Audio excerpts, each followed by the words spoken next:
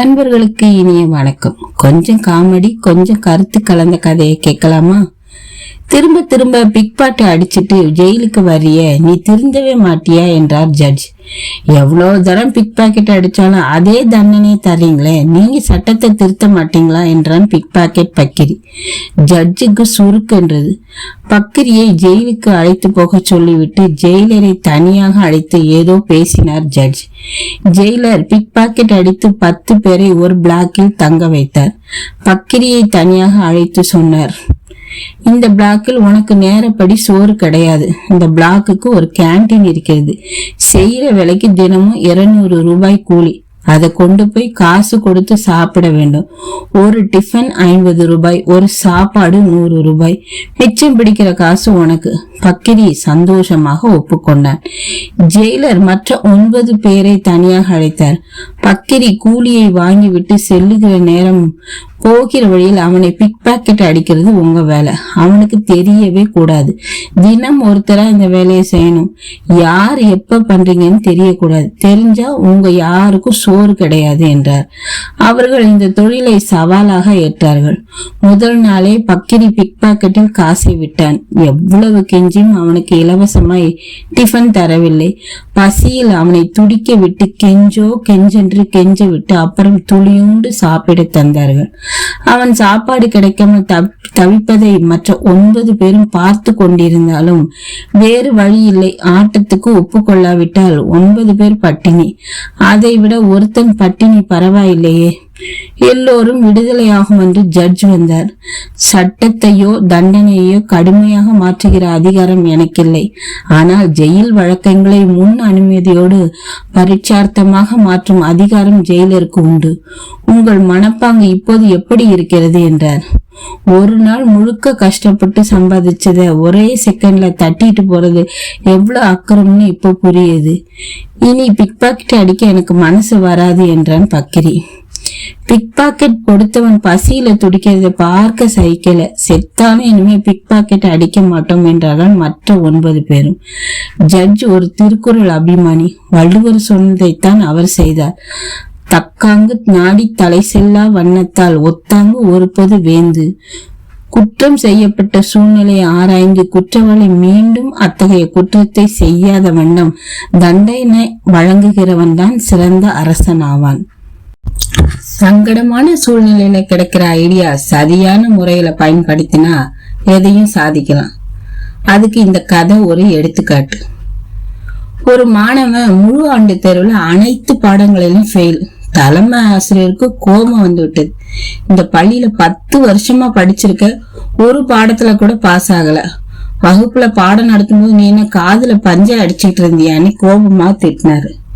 அந்த பையன் அமைதியா நின்றுட்டு இருந்தான். இனி நீ படிக்க லாய்க்கே இல்லைன்னு டிசி கொடுத்து அனுப்பிட்டாரு. அந்த பையன் தெருவுல இறங்கி நடந்தான்.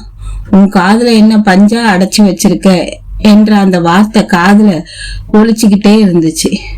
உடனே தன் காதுகள் 2ஐயும் நன்றாக மூடினான். அமைதியான இந்த உலகம் அவனுக்கு வித்தியாசமாக தெரிந்தது.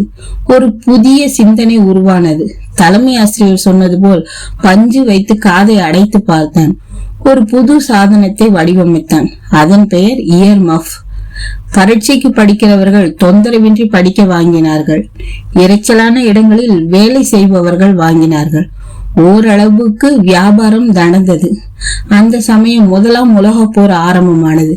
பீரங்கி சத்தத்தினால் காது செவிடாகாமல் தடுக்க இயர் மஃப் கட்டாயம் அணிய வேண்டும் என அதிகாரி உத்தரவிட்டார். போர் வீரர்களுக்கு வசதியாக ஹெல்மெட்டில் வடிவமைத்து கொடுத்தான். கோடீஸ்வரன் ஆனான். அவர்தான் செஸ்டர் கிரீன்வுட். சங்கடமான சூழ்நிலையில் கிடைத்த ஐடியாவை சரியான முறையில் பயன்படுத்தினால் எதையும் சாதிக்கலாம்.